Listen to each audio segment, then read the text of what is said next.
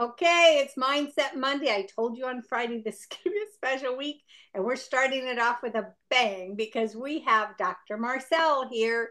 And of course, not only is he in every possible level of the training fitness program, he's also a fast track coach, doctor. He's all of it. What can I say? But really, Marcel, one of my favorite things is how much you enjoy your children and grandchildren. And he just had another grandchild, a little guy just born here recently. So maybe he'll share that. But we have him on to share how we own it, right? This is the theme for the week. And are you owning it? I'm pretty sure Marcel will share his journey with you. So I'll let you take it away, Marcel. Well, I think that sometimes people have an image that I'm just doing everything perfectly fine, which I'm not. But in terms of owning it, I do think about owning it every day, which means that's my challenge for the day, and really about making it the best day possible. And I think when you talk about Mindset Monday, it makes me think, okay, well, you asked me the question. I think, what am I doing every day that's really keeps me going? Because people look at me and I teach my 6 classes a week and say, oh, you've got so much energy and you're always upbeat and all that. And, believe it or not, I have to work on it. So I have to work on doing that. And I'm just like everybody else. I don't have this magic pill that I take that suddenly makes me all smiley and energetic. So I thought maybe it is a good day. Certainly this weekend is particularly great.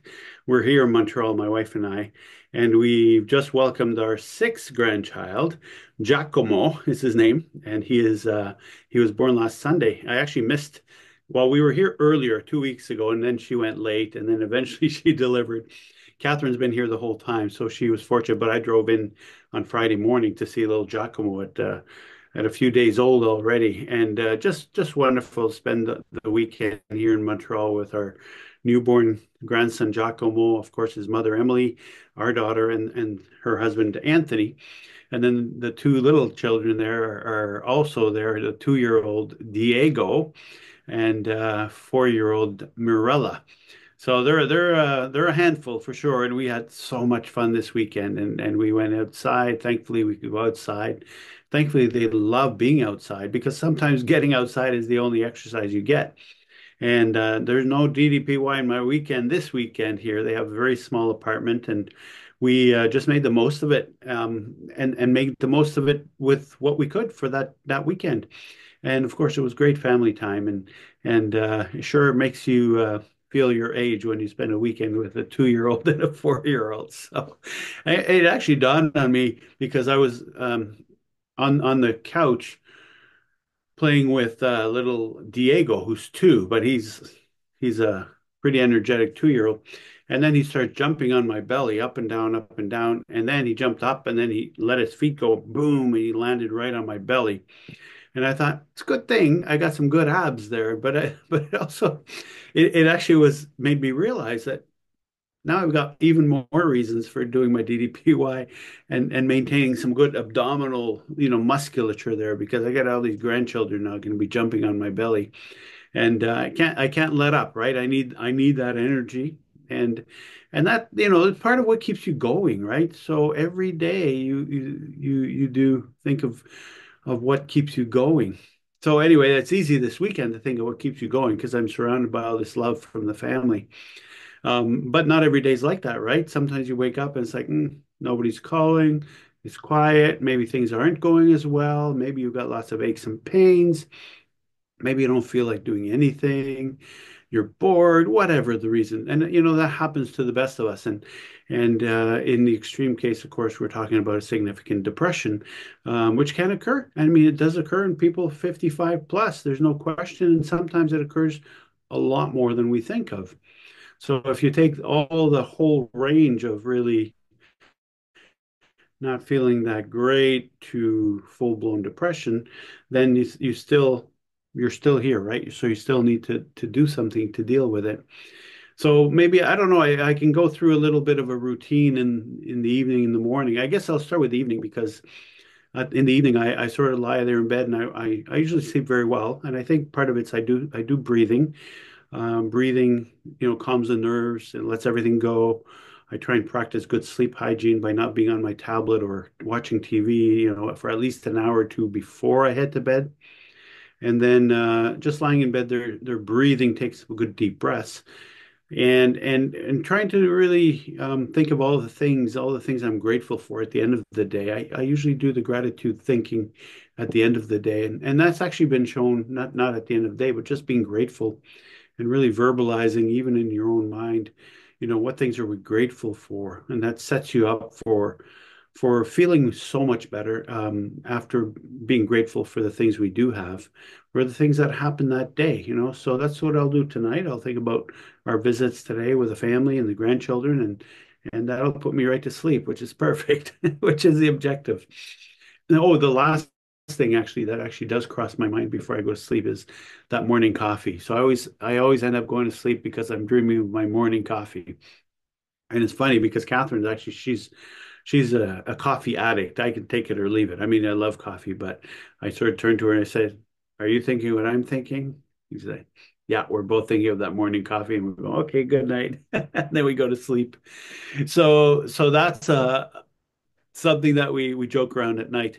But in the morning, it's similar because you open your eyes, and one thing about being our age, and I decided a while ago I'm not going to set an alarm unless I'm taking a plane somewhere, or on Tuesday mornings I have to leave the house at 8 a.m. because I do have a commitment at the university. But it's the same thing first thing in the morning. I sort of open my eyes and thinking, I love waking up without an alarm. And I love waking up with the sun, but here in Canada, up north here, sometimes the sun doesn't cooperate, it won't come out till later. So I end up waking up in the dark, which is fine. But I don't sort of say, "Oh no, it's time to wake up." No, I'm actually happy to wake up every morning. I mean, I guess the alternative of not waking up every morning is not so good. But definitely, I sort of open my eyes and I think, "Oh, another day." And I don't think about what could have been, should have been, all that. I just tend not to think that way. But I sort of think, okay, what's my day going to look like? And again, I take some deep breaths and I start to move and I'm achy. Oh, I have a lot of aches and pains like most of us do at our age. But I know that once I start moving, they start going away. So, but the first thing is, okay, what's happening today? What's going to make my day worthwhile? Why am I here? What am I doing? And I'm very kind of mathematically inclined. So I start planning everything and what I do and what I'm going to prepare for my lunch and what I have to remember to go to the car and which shoes I have to bring. And do I need to bring my gym bag because I'm teaching DDPY later?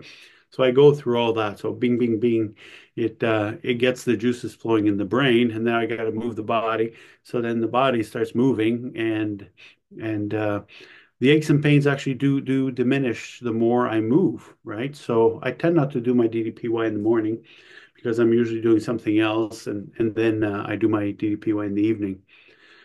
But certainly the exercise part is probably, I would say, for me, the easy part. If you look at the three pillars of mindset, nutrition, and exercise, the exercise is the easiest because I'm scheduled in to do my classes, and if I don't do some extra stuff at home, then I'm always doing my 6 classes a week. So that's easy. The other part is I do actually have incorporated movement as much as possible in the whole day. And sometimes I need to do 2 or 3 hours of paperwork, and I work at the university and I see patients and I'll write up charts. But make sure that every 30 to 40 minutes I actually get up off that chair and I walk around. I do something, which is great. If you can work at home, it's even better because you can get up off that chair and you can go wash a bunch of dishes. Then you come back and you sit down for a bit longer, but really trying not to sit for more than 30, 40 minutes at a time. And even if you get up every and do 2, 3, 4, 5 minutes of movement, and then you sit down, you feel so much better. So that's the movement part with the exercises and just moving more. And I've said it here before, the reason I do DDPY is so that I can do those other things I love. And now it's having grandchildren jump on your belly. So that's another one I can add to that list, other than cycling and hiking and gardening and all that. But certainly keeping up with the grandchildren. They're all getting older, all 6 of them now. So that's being the physical part. The nutrition part, I can't stress it enough. When times are tough and you find you're not doing your exercise as much, you're not moving as much, the nutrition just rises to the top in terms of its importance because our tendency is when we're feeling kind of down, we tend to eat junk. And if we eat junk, that's only going to make those aches and pains worse. It's going to make your moods worse. The sugar swings up and down. It's going to make you feel worse. So that's when you pay attention. So you should not feel guilty about not doing, say, your DDPY or some other exercise, but really, really focus in on, I'm going to be really, really, really good with my nutrition today because that's something you can do. And you don't have to have a high degree of motivation for that. But, you know, when you can't do all the pillars, the nutrition one becomes so important. And so the nutrition one, depending on how you organize yourself and put the right things in the cupboard instead of having junk food there anyway, then you'll make sure that you eat something. So again, that's a little easier to control if you're the one doing the shopping and if everybody in the house has the same kind of tastes for that healthy food. That really helps. But I find that the mindset one is definitely the biggest challenge, I think. Um, and in this group, I think we can look at success stories. We can certainly look at success stories in people 55 and under. Um, and even in our own group, I think there are some success stories that make one feel, oh man, I'm not doing as well. Oh, I'm a loser. Oh, I'm no good at this. Right. And you sort of play this game of comparing yourselves to others. And I think that can have a negative effect, right? So you need to sort of think about what are the things that are motivating for you. And I mentioned a few for myself, but look at your own self and say, what are your standards? What do you want to achieve? And if you're incorporating some movement, some DDPY as a form of movement, some excellent nutrition, then you've got those bases covered. But it's where are you going with that? That's a very personal thing, right? It's a very personal thing for oneself. And if you're feeling down, I remember telling our daughters is like when you're feeling down or depressed or lonely and stuff, I always used to say, go help somebody. Because if you go help somebody, you're actually giving of yourself, and that in itself is going to make you feel better. And there's always somebody who's got it worse than we do, right? And it's the same thing if you're feeling low or feeling kind of down or depressed and you're comparing yourself to others, then pick something that you like to do, pick something and do it. It's just going to make you feel better. I mean, there's ample evidence that exercise is excellent for depression, for depressive symptoms. So if you are tending more towards more serious depression, then getting on the mat and doing some exercise, going for a walk, hopping on the bicycle, uh, walking the dog, is a great way to actually get those juices flowing here for the mental health. And that's been shown time and time again. It's actually been studied as well in large groups of seniors. And we're talking seniors all the way, up to 80 and 90 years of age. And in senior population, it is actually one of the best treatments to sort of get out of that funk. The other one, of course, is having a purpose, right? Having some purpose. If it's not a major life purpose, maybe it's a purpose for the day. Maybe it's calling a friend. Maybe it's helping a friend, So having a purpose for your day and having that at the beginning of the day really helps. I mean, I've got lots of things happening in my life, so it's fairly easy for me to find purpose because there's so many ways I could contribute. But I can understand how someone who is no longer employed fully, who may not have a lot of family around, who may not have a lot of friends around, that can be difficult. And so building that purpose will help each day, really. And it could be something like learning a language. It doesn't have to be something with a person either. So all those kind of things come to mind when I think of the mindset that makes every single day more meaningful. And that's what it's about. It's the saying for people who suffer from alcohol use disorder or they go to AA, it's one day at a time, right? And that can apply to so many things. If we're making today as best as possible, wake up in the morning, take a few breaths, open the eyes and say, okay, what's happening today? what can I do today that's going to make it a good day? And at the end of the day, this was a good day. And this is what I'm grateful for. Whoa, so many nuggets in that one. Oh my word. I'm telling you what, Marcel, you are one special individual. And I can't tell you how many different things I'm like, oh yeah, that's right, that's right, that's right. Just so many nuggets in this. Thank you, Marcel, for taking your time and even uh time, where you're located near your family. Congratulations. By the way, I must ask, that's a very unique name your latest grandson was given. Is that connect to something, that particular name? Not really. Giacomo is Italian for James, I guess. Oh, is it? And our son-in-law is Italian. His parents are Southern Italian, and actually his father's Sicilian. So Giacomo is an Italian name, and his brother Diego, it could also be an Italian name. So I had this image of Diego is 10 and Giacomo is 8, and they're both wearing t-shirts and jeans walking down the sidewalk. And I thought, I could just see these two thugs walking down the sidewalk at age 8 and 10, Giacomo and Diego, So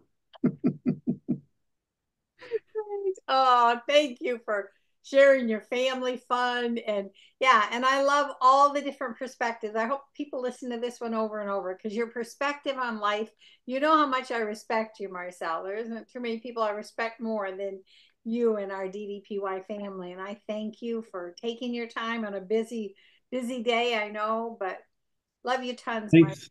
Thank you so Yeah, much. thank you for the invite. I mean, my really it's just try and pick something, not to do everything all at once, but pick something that's going to make that day better and work with that.